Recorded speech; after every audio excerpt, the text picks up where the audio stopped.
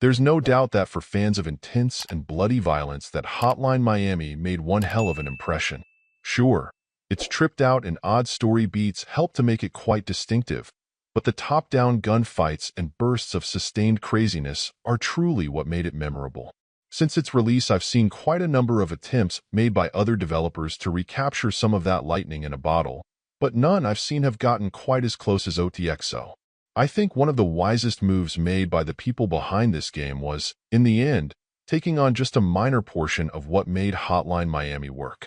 Sure, at a quick glance, nobody would mistake its intense gunfights and violence as being inspired by almost any other game.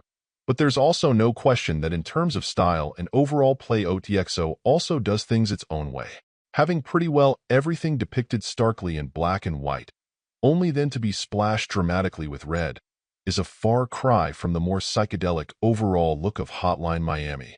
A major change in structure comes in the form of it being fully roguelike, replacing the more static understanding of the perks you'd gain by using different masks with complete unpredictability every time you walk up to the bar to get drinks that will act as your perks.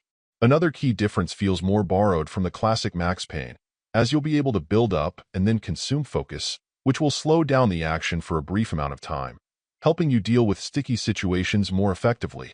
Throw in some tough gunslinging-oriented boss fights, and even the occasional story beat that will deepen the mystique of the strange circumstances you find yourself in, and there's some unique appeal to the overall experience.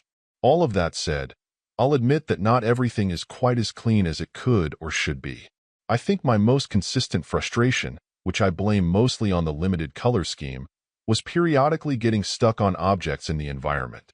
While you'll get a feel for which things in the environment you can go over or use as cover, when everything is at its most intense, it's really easy not to be able to make out key details, and on occasion that can get you killed. Another element is simply the fact that there's no getting around the degree of challenge the game poses. This is the type of experience where you'll get pretty deep in one round, taking out a boss and plenty of enemies in the process, but then the next it could be over within the first room or two.